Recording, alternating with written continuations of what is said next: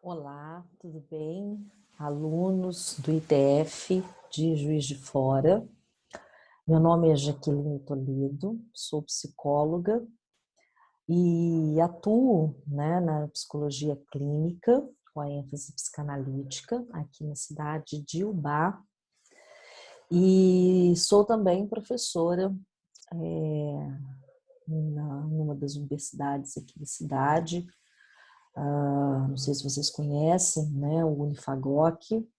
Atuo lá há 6 anos, à frente das disciplinas, né, de cunho psicanalítico. E queria, né, antes de iniciar o conteúdo, dizer que é um prazer enorme estar aqui com vocês.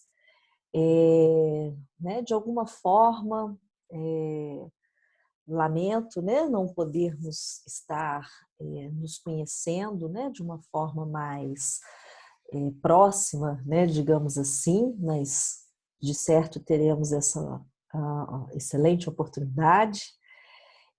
Mas estamos aqui nos reinventando, nos organizando para prosseguirmos no trabalho, né? Como que isso é importante, né? A gente não paralisar, né? A gente prosseguir, né? Então essa é a nossa proposta, né? De uma nova maneira, de um novo modo, estarmos produzindo, producentes, né? Bom, eu venho para falar sobre a repetição, né? Esse conceito tão importante é, na teoria psicanalítica, e se é importante na teoria, é importante na prática, porque a teoria psicanalítica ela se dá pela prática, né? A Freud sempre assim o fez, né? A partir das suas experiências clínicas, dele ou, né, de quem estava ali em torno dele como profissional, ao afastar-se, né, do ato, né, da cena analítica, ele se debruçava para analisar, para conceituar aqueles fenômenos, né, com os quais ele se deparava. E daí saíram, né, os conceitos que nós ainda prosseguimos nos debruçando neles. E esse conceito em especial de repetição, ele é um conceito que está entre os 4, né, fundamentais da psicanálise, né? A saber, o inconsciente, né, a repetição, a pulsão, e a transferência, né, os 4 conceitos fundamentais. Exceto o inconsciente, nós outros 3 nós vamos debruçar neles aqui durante esses vídeos, né? Embora o inconsciente a gente esteja falando aqui o tempo todo, mas eu não vou destrinchar conceitualmente, né? E os outros 3 nós vamos tentar fazer isso aqui dentro daquilo que nos é permitido. Então vamos lá, eu vou abrir um slide na tela, tá? Eu gosto muito de trabalhar dessa forma, porque eu acho que fica mais didático, né? Para que vocês acompanhem o meu esquema, né, de raciocínio, meu esquema mental. Então, só um instante, por favor. Esse slide que vai abrir para vocês para nós falarmos sobre a transferência, né?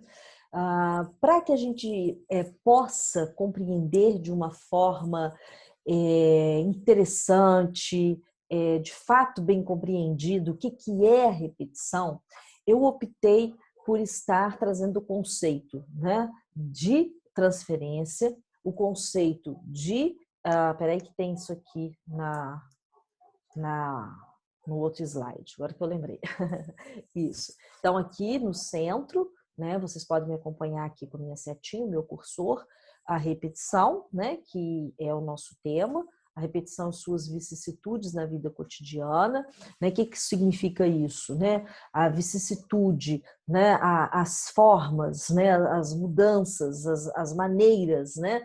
Como essa repetição se apresenta no nosso dia a dia. Então, eu vou passar pela clínica, mas quero apresentar como que isso é um fenômeno psíquico, né? Não é apenas um fenômeno clínico, ele é um fenômeno da psique humana, e se é um fenômeno da psique humana, ele se apresenta em todos os espaços, em todos os contextos, né, da nossa vida.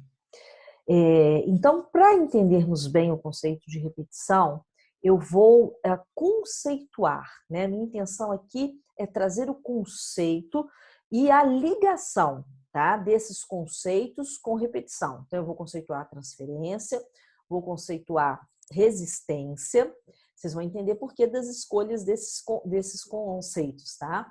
Princípio do prazer e pulsão de morte, tá? Feito esses conceitos, à medida que eu for fazendo cada um, eu vou fazendo essa amarração, né, do que esses conceitos têm a ver com a repetição, tá bom?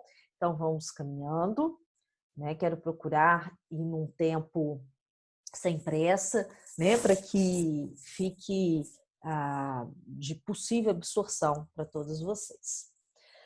A transferência enquanto conceito, vamos lá. A transferência é um fenômeno que ocorre em todas as relações sociais, estando na decorrência da condição falante do ser humano. Consiste no deslocamento de um afeto de uma representação a outra. Esse é um conceito que eu retirei do dicionário de psicanálise de Laplanche e Pontalis, que eu gosto. Eu acho que eles têm uma linguagem, né, bem acessível, já que a psicanálise é tão complexa, então isso me agrada.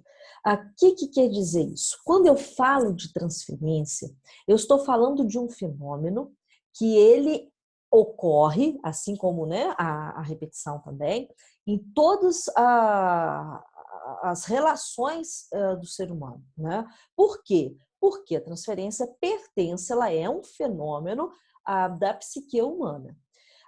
Agora eu gostaria que vocês se atentassem, né, a essa parte aqui. Consiste no deslocamento de um afeto de uma representação a outra, para que se entenda o que é a transferência. Quando eu digo que consiste num deslocamento, eu preciso explicar o que é uma representação, para depois a gente entender que deslocamento é esse. Tudo no nosso aparelho psíquico, isso foi muito bem desenvolvido, né, por Lacan, é a partir da linguagem, né? A linguagem, ela é estruturante do psiquismo. E, inclusive, isso já vai estar aqui, ó, lá quando Freud desenvolve a transferência, nossa condição de falante. Daqui a pouco vocês vão entender. Qualquer palavra que eu trouxer aqui para vocês, vou falar uma palavra que é aleatória, cachorro, ok? Vão vir à mente de vocês, à consciência, uma série de representações. Você vai pensar numa imagem, né? Quando diz cachorro, vem uma imagem à sua consciência, à sua mente. Isso é uma representação visual de cachorro. Paralelo, vem outras representações, né? Vem uma representação acústica, né? Auditiva da palavra, né, dita cachorro, né? Como é que é a escuta dessa palavra, né, para você? Vem também uma representação olfativa, vem uma representação motora, né, de balbuciar essa palavra cachorro, né? Enfim, uma série de representações em torno apenas de uma palavra, né? E essas representações aqui, que está a grande questão, elas são ligadas de afeto, né? Quando você pensa em cachorro, de acordo com os que eu lhe solicitei, seja de qualquer tipo de representação, né? Acústica, de imagem, enfim, elas são circundadas, né, por um afeto. E isso é subjetivo, né? Que afeto é esse, né? Alguns, creio eu, quando eu digo cachorro e vem uma representação, talvez um afeto de amor, um afeto, às vezes, de medo, né? Um afeto de ansiedade. Isso é variável, né? O afeto, ele vai ser variável. Mas o que é constante? Todo mundo vai ter um. Toda representação vai ter o seu afeto.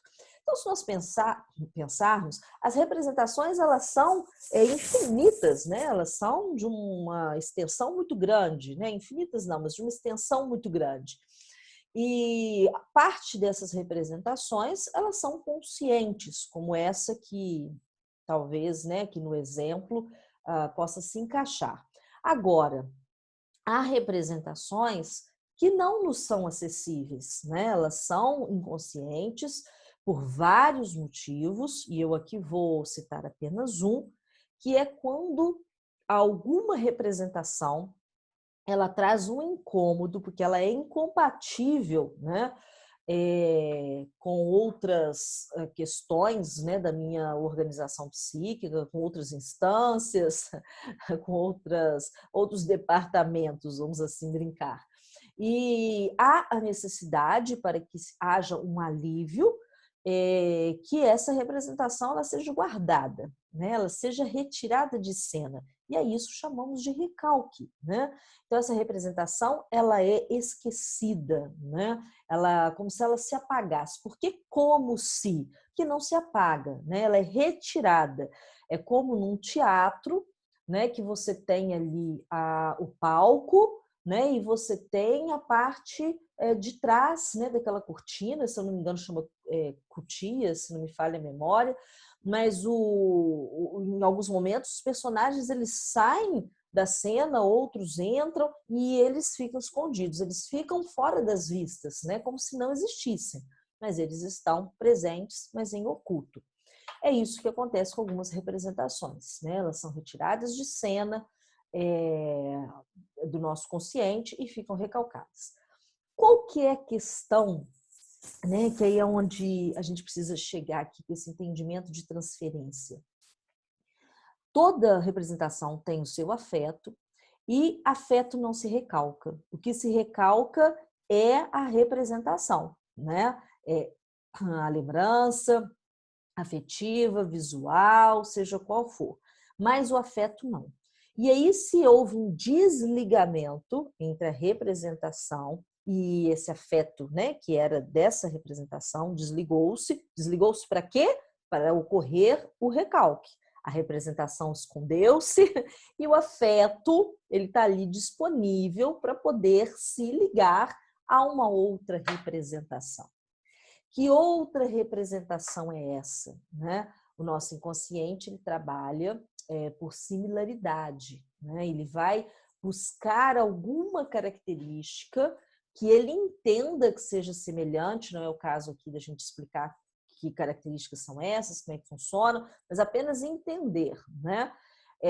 Que qualquer característica, vão colocar assim, não é tão aleatório, mas aqui me permitam passar um pouco, né, de uma forma mais direta, uma característica que permita algo em comum entre a representação recalcada e uma outra representação não recalcada. O meu inconsciente ele entende como se fosse a mesma representação e autoriza que esse afeto que ficou solto, desligado, se ligue a essa nova representação que funciona como uma espécie de substituta da representação recalcada. Nós podemos explicar por aí o sintoma, né? Nós podemos explicar por aí alguns fenômenos, mas a gente quer falar aqui da transferência. Esse deslocamento de uma representação para outra é a dinâmica que explica, né, a transferência. Muito bem. Antes de eu prosseguir, né, falando desse deslocamento, para a gente chegar até na questão da transferência em análise, eu queria lembrar que esse termo hoje ele é um termo que tem um significado muito amplo, né? Não é restrito a esse aspecto que eu estou trazendo para vocês, que é um aspecto mais teórico, que é um aspecto mais freudiano, lá da literatura, né? Hoje tem uma dimensão que a gente pode dizer que transferência é entendido como uma característica do terapeuta, uma forma de conduzir, né, a relação com o paciente, a dinâmica dessa relação, né, aspectos mais voltados, talvez, para essa relação e essa forma como ela acontece, a condução em si, né? Mas aqui nós estamos nos atendo a esse aspecto, né, que eu coloquei para vocês, do deslocamento de afeto de uma representação para outra. Muito bem. Entendido isso, né? Se não tiver entendido, vocês vão ter oportunidade de estar fazendo as suas perguntas, né? Poderão ficar à vontade para isso. Vou explicar algum ponto que possa ter ficado solto com o maior carinho. Mas agora vamos para o tópico 2. A estrutura de linguagem dos processos psíquicos, normais ou patológicos, tanto faz, operam com deslocamentos, que eu expliquei, né? Sai de um para outro, e expliquei como é que isso acontece, né? No sentido, deslocamento de sentido e de afeto, guardem isso que eu já vou explicar. Essa condição de transporte está implicada na acepção da transferência como relação ao outro. Isso está lá na obra Interpretação dos Sonhos, de 1900, né? Que são esses deslocamentos de sentido e de afeto, né? Quando um afeto se desliga de uma representação e se liga a outra, por alguma característica em comum, ele leva o sentido junto, né? E como que na prática isso funciona?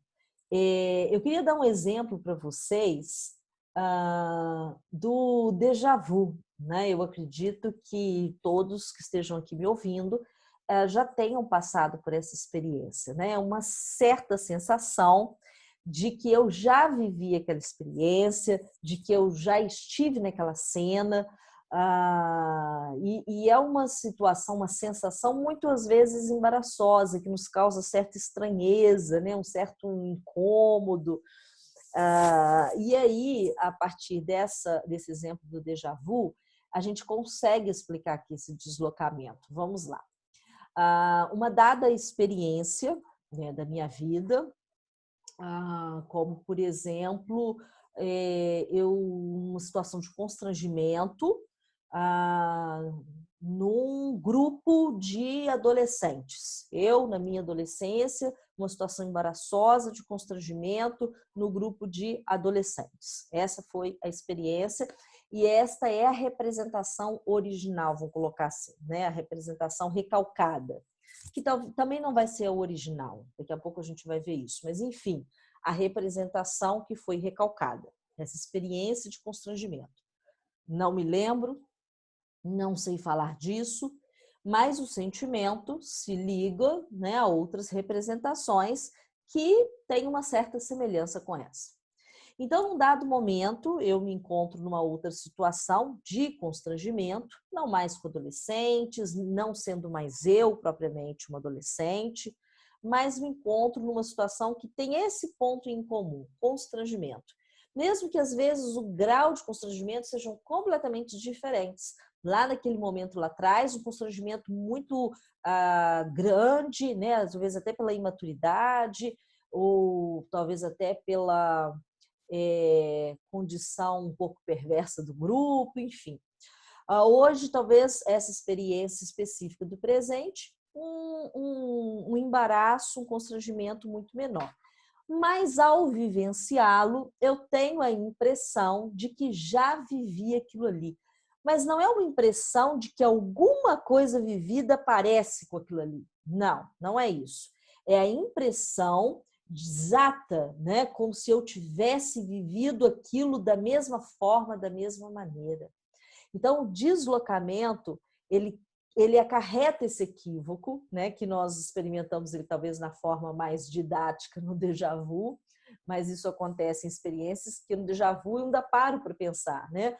Na maior parte dessas experiências de deslocamento, não passa pelo pensamento, elas simplesmente acontecem.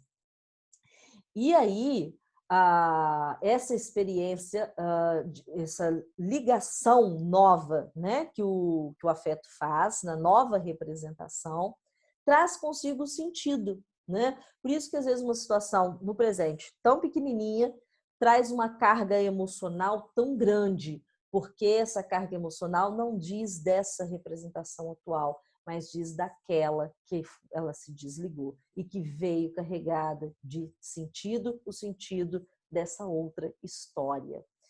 E aí o deslocamento, né, ele vai explicar uma série de situações de incompatibilidades nas relações, né? Isso que eu estou dizendo não é clínico. A gente vai ver que daqui a pouco entra na transferência clínica, mas aqui é uma transferência das relações da vida, né? Por quê?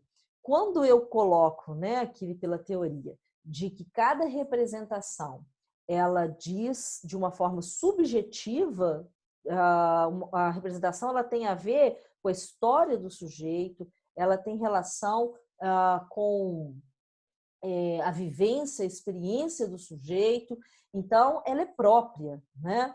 E aí um outro sujeito com a mesma representação, eles estão conversando entre si. E para esse outro sujeito, essa representação, ela tem um outro sentido, ela tem um outro afeto ligado a ela, porque ela diz de uma outra história, né? Ela diz de uma outra vivência.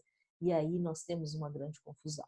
Aí nós temos o que o texto vai falar de um hiato na relação entre os falantes, né? Nós temos um buraco, nós temos uma vala, né? Por quê? Por causa desse deslocamento, aquilo que eu falo, né? O que o sujeito fala, não é o que o outro sujeito entende, né? E aquilo que o sujeito entende e devolve, não é aquilo que esse sujeito vai compreender, não vai tocar no mesmo lugar, né? Não vai chegar da mesma maneira. Por quê? Porque vão tocar em representações diferentes, vai tocar, às vezes, até em representações semelhantes, mas que têm sentidos e afetos diferentes, né? Então, relacionar-se é sempre, né, algo muito complexo, né, e muito complicado. Né? Dar um exemplo aqui, quando eu digo para uma pessoa mais chegada, nossa, que cara feia, de mim, às vezes, né, pode ter saído como um carinho, um cuidado, tipo, né, tô preocupada, por que você tá desse jeito? E, às vezes, essa fala, ela vai, né, entrar dentro do outro, se deslocar dentro do outro, num traço minêmico, né?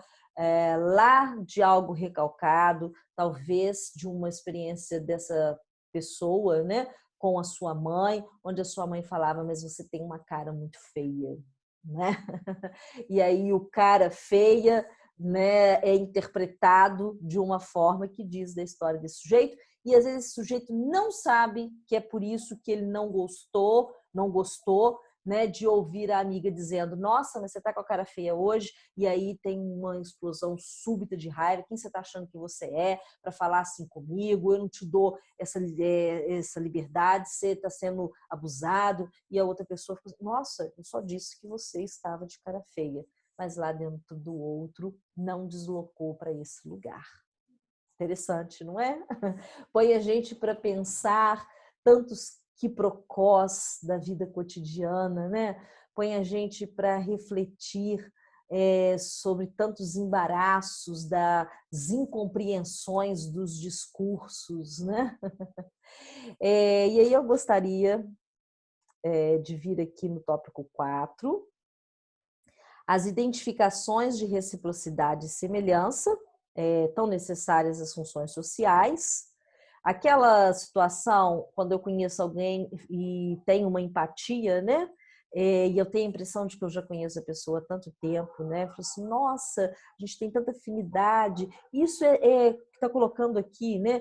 Encobre a disparidade existente no registro simbólico inconsciente. Na verdade, eu não conheço essa pessoa, eu não sei dela, mas por esse deslocamento, às vezes por essa pessoa ter um traço de algo que parece-se, né, com alguém que me é muito querido, eu faço esse deslocamento e dou para essa pessoa o mesmo afeto de outras experiências, de outras representações. E essa pessoa, ela já é como num vácuo sugada para algum lugar, que pode ser um lugar muito bom, né? Nossa, como eu gostei de você, ou pode ser um lugar muito ruim, não fui com a sua cara, mesmo que eu não diga, nem meu santo não bateu com dele, né? A verdade é que essa precipitação, ela, como o próprio nome diz, ela já vem antes, né? É como um vácuo que suga o outro para algum lugar dentro da minha história, porque tem alguma coisa semelhante que, na verdade, O sujeito não sabe dizer disso, né?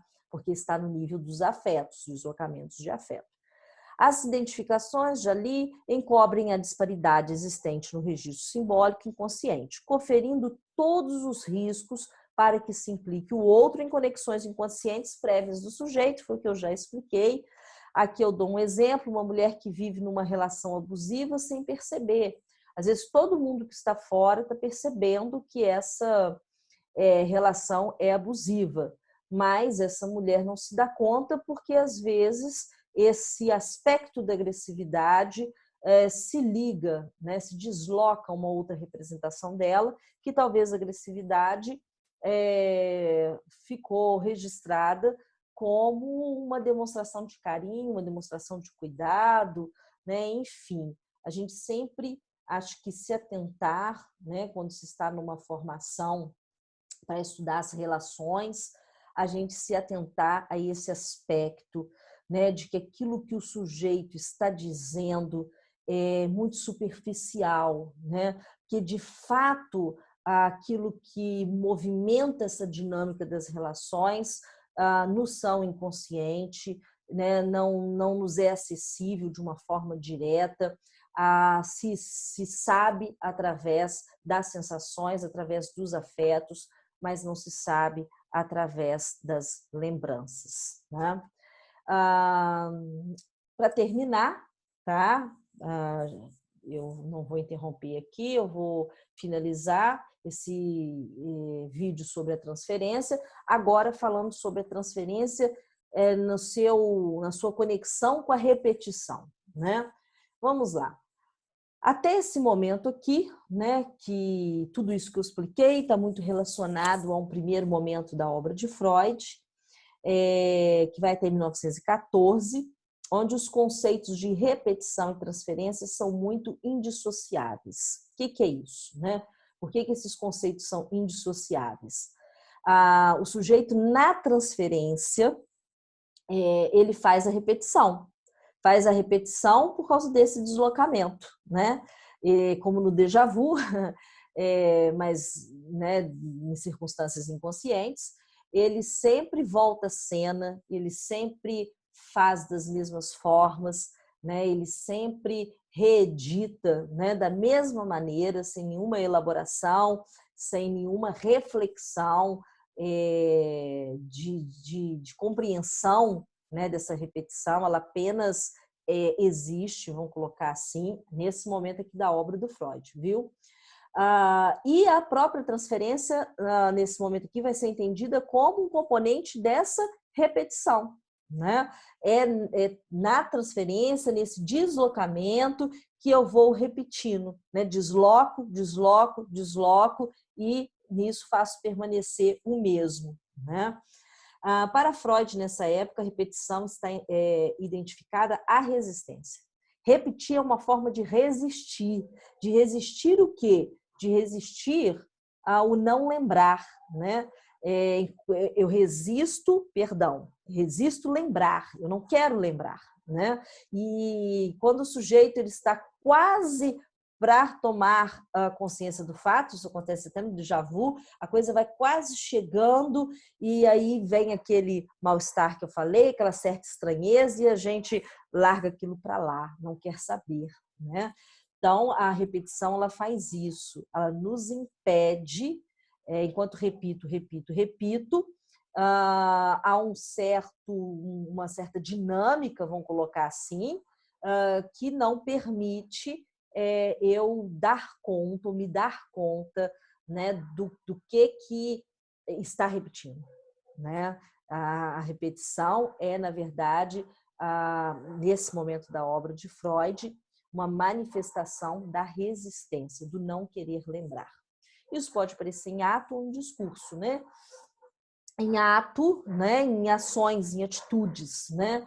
E em discurso pode aparecer a repetição de formas variadas, né? E aqui pensando já no aspecto clínico, pode aparecer como o sujeito falando sempre das mesmas histórias, o sujeito sempre falando dos mesmos personagens, ele insistindo em contar sempre as mesmas coisas e não deslizar né, nessa cadeia de pensamento, mesmo se oferecendo para o sujeito a associação livre, para que ele fale, né, aquilo que lhe vem à mente, e se ele entrar no convite para a associação livre, o seu inconsciente vai vazar alguma coisa, né? Então, repetir no discurso as mesmas coisas, as mesmas ideias, de certa forma, não entrar na associação livre, né? E com isso fazer um estanque, fazer um muro para que não vaze o conteúdo inconsciente recalcado, que, na verdade, né, o Freud está dizendo aqui, é porque o sujeito não quer saber, mesmo que tenha vindo buscar atendimento. Logo, a repetição é definida como algo que faz a oposição do saber, já expliquei. Então, nessa perspectiva, cabe ao analista, né, aqui nesse primeiro momento da obra do Freud, utilizando-se da transferência do lugar que lhe confere, um lugar de autoridade, de suposto saber, né, depois Lacan vai dizer sobre isso, isolar a repetição na transferência e possibilitar que o paciente possa passar de uma transferência, né, da neurose comum à neurose de transferência. Então, essa transferência que acontece em todo lugar, que ela possa passar a ser uma transferência clínica, né? E que ali o sujeito faça a sua repetição e o analista perceba essa repetição, a isole, o que é isso? Chame a atenção para ela, né? E convoque o paciente a dar conta dela, e isso, manejo da transferência. Muito bem. Então, o que é que eu gostaria de encerrar aqui com vocês? Nessa compreensão de transferência e repetição. No entanto, ao escrever o texto além do princípio do prazer, que possibilita o surgimento do conceito de pulsão de morte, Freud dá uma virada, ou melhor dizendo, faz uma torção em seu ensino com repercussões teóricas que são fundamentais para a psicanálise. Nesse momento, a repetição vai ocupar um outro lugar, ou seja, vai aparecer através da força pulsional, sendo uma compulsão à repetição. Então, a repetição ela sai do lugar de uma resistência, né? E apenas uma resistência, e ela vai tomar uma outra conotação, né? Ela agora salta do campo da transferência, não que ela não esteja, né? Ela aparece na transferência, mas ela não fica mais contida, né, na transferência, e ela passa agora a ser explicada pela pulsão. E aí é um outro vídeo, né, que nós vamos gravar depois. Eu oriento vocês para que vocês possam ouvir esse vídeo de novo, né, e refletir sobre ele, antes que vocês possam, né, façam umas anotações, leiam o texto, né, e depois vocês retomem, né, o outro vídeo. Deixa eu só passar aqui para vocês. Eu uso alguns textos, né, como eu falei, o dicionário, mas fundamentalmente, deixa eu só tirar esse slide daqui. Fundamentalmente, eu uso esse texto, vou ler para vocês, que eu acho que a câmera não vai conseguir. As vicissitudes da repetição, do Breno Ferreira Pena, que eu passei para vocês, né, na bibliografia, na ementa, tá? É um texto muito fluido, muito gostosinho de ler, né? E é basicamente nele que eu trabalho aqui nesse vídeo, tá bom? Um abraço.